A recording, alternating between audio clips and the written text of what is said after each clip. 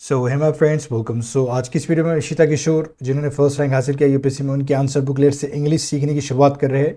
ये हमारे कोर्स का पहला लेक्चर है जहाँ पे मैं आपको स्टेप बाय स्टेप इंग्लिश सिखाऊंगा यूपीएससी के लिए। बहुत से लोगों ने कमेंट किया था, उसके लिए शुक्रिया। और इस वीडियो को, इस चैनल को, इस सारे कोर्स को सपोर्ट कीजिए तो हमें भी मोटिवेशन मिलेगा वीडियो बनाने के लिए। और ये पहला लेक्चर है, learn English for UP means IAS और IPS, यूपीएससी स्पेशली। लेक्चर 1 है ये। तो इसके बाद सारे लेक्चर आपको स्टेप बाय स्टेप मिलेंगे, मतलब एक दिन के बाद या एक दिन आर करके ऐसा मिलते रहेंगे, एक दिन का गैप करके।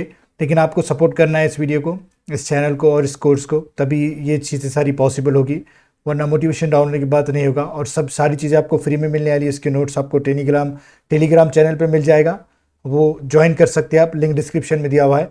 तो देखिए हम क्या कर रहे हैं यहाँ पे, जितने भी चीज़ें आपको नजर आएगी आंसर बुकलेट में, सारे क्वेश्चंस में, आंसर में, ये सारी चीज़ें मैंने रियल लाइफ एग्जांपल के लिए, मतलब कोई कैसे इस्तेमाल कर रहा है वो चीज़ें दिखाने के लिए हमने क्या किया है कि ये सारी चीज़ें इंक्लूड किया हमारे कोर्स में। मतलब जो भी हम आपको सिखाएंगे वो सारी चीज़ें आपको यहाँ पे मिल जाएगी। तो फॉर रेफरेंस, मतलब खाली समझाने के लिए ये मैंने स्क्रीनशॉट वगैरह लिए है उसकी, तो आप ये देख सकते हैं। और इसे ना हम क्या करेंगे, इसे ऐसे ही समझेंगे। मतलब ये किस तरीके से, आज हम क्या समझेंगे, आज हम देखेंगे ये इज़ और एम और आर का इस्तेमाल होता है। ये बहुत इंपॉर्टेंट है। ओके, इसके पीछे का सारे मैं फैक्ट बताऊंगा कि किस तरीके से सारी चीज़ें इस्तेमाल होती है।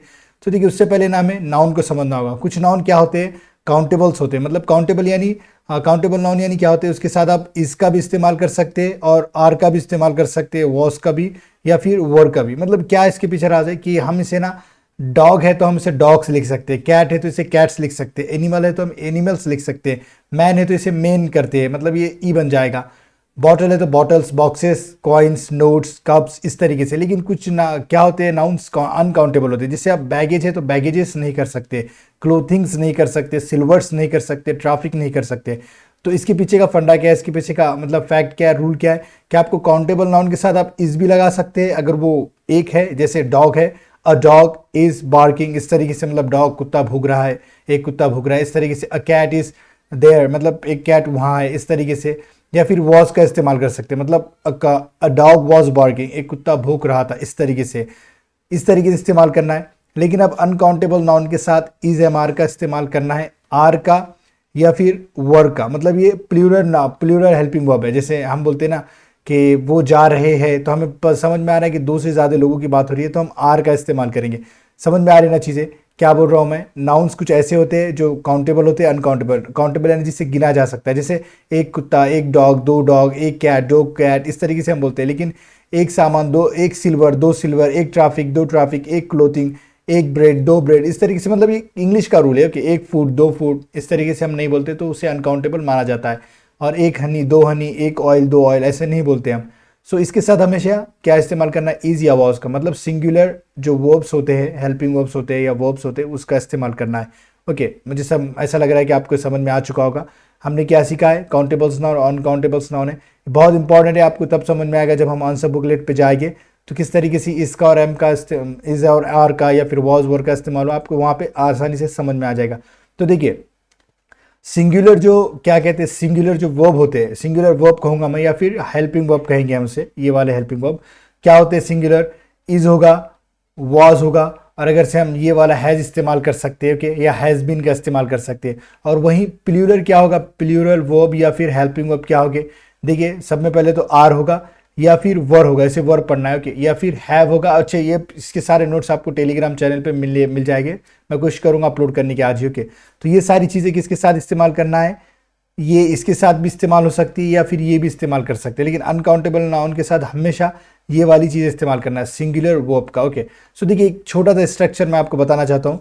कोई भी सब्जेक्ट आपको पता है क्या होता है, जिसके बारे में बात की जा रही है वो सब्जेक्ट होता है। जैसे हम बचपन से पढ़ते आए, आई, वी, यू, इसे प्रोनाउन भी कहते हैं, लेकिन हम यहाँ पे सब्जेक्ट की तरह समझ रहे हैं। या क्या हो सकता है, दे हो सकता है, या फिर ही हो सकता है, या फिर शी हो सकता है, या फिर कोई एक नाम हो सकता है, या फिर दो नाम या दो से ज़्यादा हो सकते हैं, कोई भी नाउन हो सकता है, राइट। ये सारे हमारे क्या होते हैं, सब्जेक्ट होते हैं। अब प्रॉब्लम क्या है यहाँ पे, लोगों को ये नहीं पता होता कि इसके साथ हेल्पिंग वर्ब क्या लगेगा। तो आपको हम बचपन से पढ़ते हैं, आई के साथ तो एम लगने वाला है, और क्या लगेगा, वॉज लगेगा। अगर मुझे बोलना है मैं हूँ, मैं एक स्टूडेंट हूँ, आई एम अ स्टूडेंट बोलूंगा। मैं एक स्टूडेंट था, आई वॉज अ स्टूडेंट बोलूंगा। और इसी के साथ एक प्रॉब्लम क्या होती है, ही के साथ लोग क्या करते हैं, वर कभी लगा देते, कभी कुछ लगा देते, ही शी। और एक नाउन के साथ, एक नाम के साथ हमेशा क्या लगाना है, आपको इज लगाना है, अगर पास्ट में बोलना है तो वॉज लगाना है, अगर कुछ बोलना है कि उसके पास कुछ है तो हैज़ लगाना है। जैसे ही हैज़ अ कार, उसके पास एक कार है। शी हैज़ अ कार, उसके पास एक कार है। या कोई नाम ले सकते हैं, Sameer has a car, Sameer के पास कार है। इस तरीके से आप बोल सकते हैं। और उसके बाद जितनी भी हमारे पास सब्जेक्ट या फिर प्रोनाउन बच जाते हैं, जैसे दे, वी या फिर यू बच चुका है हमारे पास, इनके साथ हमेशा या फिर दो नाम हो सकते हैं या उससे ज़्यादा। जैसे मुझे बोलना है कि वो है, जैसे बहुत सारे ठहरे हुए हमारे सामने, तो मैं क्या बोलूँगा, दे आर बोलूँगा। ओके, ये प्रॉब्लम क्रिएट करेगा, आपको गौर से देखना है। हम जब आंसर बुकलेट को एनालिसिस करेंगे तब आपको समझ में आएगा कि इसका कितना इंपॉर्टेंस है। और मुझे बोलना है कि आप हो, तो मैं कैसे बोलूँगा, यू आर। अब यू वॉज का इस्तेमाल करना है या फिर दे वर का इस्तेमाल करना है पास के लिए। ओके, सो यहाँ पे मैं कि क्या हेल्पिंग वर्ब इस्तेमाल करूँगा, वर इस्तेमाल करूँगा या फिर आर इस्तेमाल करूँगा अगर मुझे प्रेजेंट में बोलना है। और उसके साथ क्या इस्तेमाल करना है, हैव का इस्तेमाल करना है या फिर हैव बीन का इस्तेमाल करना है।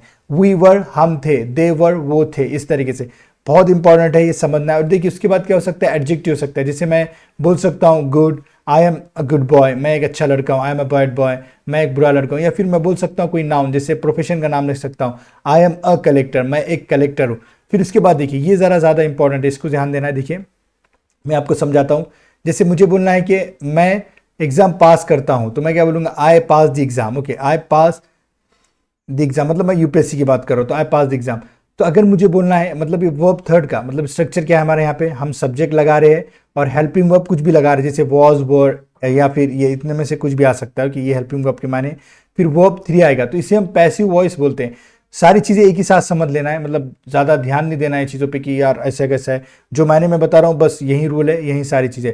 सो देखिए इसका मैं कैसे बोलता हूँ, आई पास द एग्जाम, मैं एग्जाम पास करता हूँ। आप एग्जाम में पास करूँ तो यूपीएससी मुझे पास करेगा ना, तो मैं कैसे लिख सकता हूँ, I am pass, I am pass the exam, या I am pass by UPSC, मतलब I am pass by UPSC. इस तरीके से हम एग्जाम नहीं लिख रहे, I am pass by UPSC, मतलब मुझे पास किया गया है यूपीएससी के द्वारा। और मैं कहता हूं कि I was passed by UPSC, मुझे यूपीएससी के द्वारा पास किया गया था। मतलब यहां पे मैं बताना क्या चाह रहा हूं कि आप इसके साथ सब में पहले तो आप एडजेक्टिव का इस्तेमाल कर सकते हैं, नाउन का या फिर वर्ब थ्री का। वर्ब थ्री आते ही क्या बन जाएगा, ये वर्ब थ्री आने के बाद क्या हो जाएगा, ये पैसिव वॉइस बन जाएगा। अब मैं बोल सकता हूँ कि लॉ को इम्प्लीमेंट किया जाना है, मतलब लॉ जो है हमारा कानून जो है, एक एक रूल है, समझ लिए। Rules are to be, rules are, जैसे मैं लिखता हूं यहाँ पे, rules are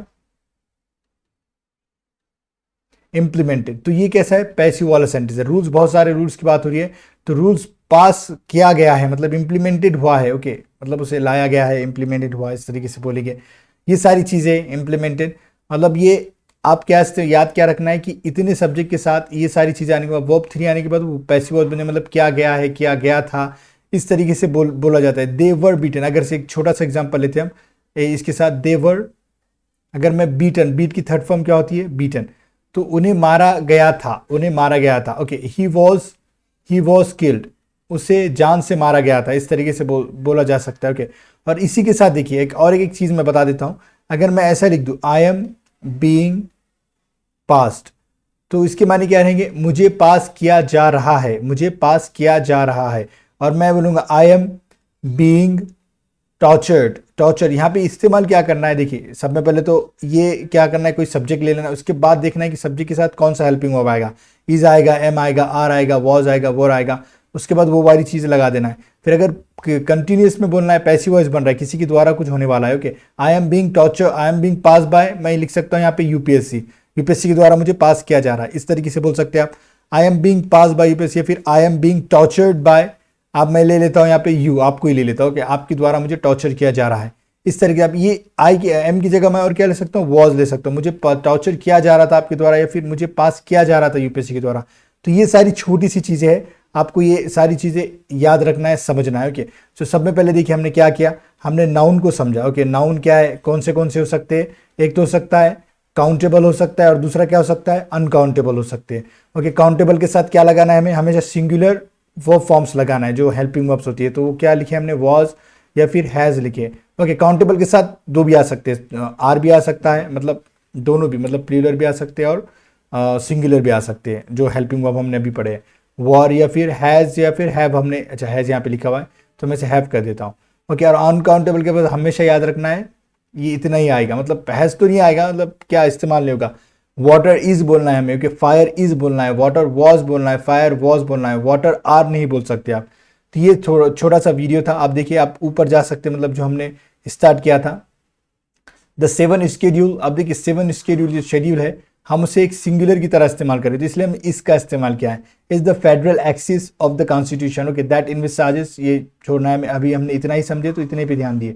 7 schedule is the federal axis, okay, तो ये क्या है, 7 स्केड्यूल फेडरल एक्सिस है। अब मैंने ये जो बायोलॉजी की 12 की बुक है वो निकाली है, उसमें से देखिए टेम्परेचर, तो टेम्परेचर क्या है, अनकाउंटेबल नाउन है, तो हम इसे टेम्परेचर्स आर नहीं कर सकते, टेम्परेचर इजी कर रखना है। Temperature is the most important ecological relevant environmental factor, okay, तो ये सारी चीज़ें अगर आपको इन्वायरमेंट आता है अच्छे से तो लिख सकते हैं ecologically relevant environment factor, okay.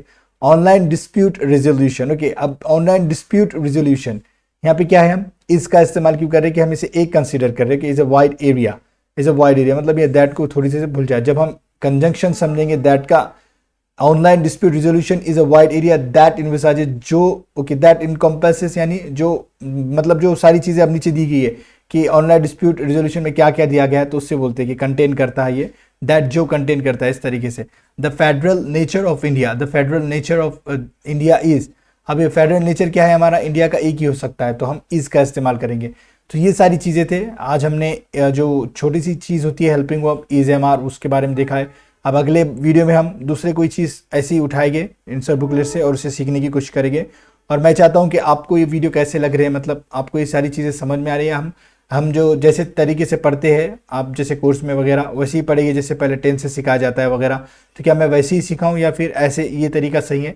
मुझे कमेंट में सजेशन दे, अगर आपके पास भी कोई सजेशन है तो मुझे ज़रूर बताएं, ताकि आपको मैं अच्छे से बेहतर तरीके से पढ़ा सकूँ और कम समय में हम ज़्यादा से ज़्यादा सीख सके। तो वीडियो देखने के लिए आपका बहुत शुक्रिया। अगर आपको वीडियो पसंद है तो लाइक करें और अपने दोस्तों के साथ शेयर ज़रूर करें।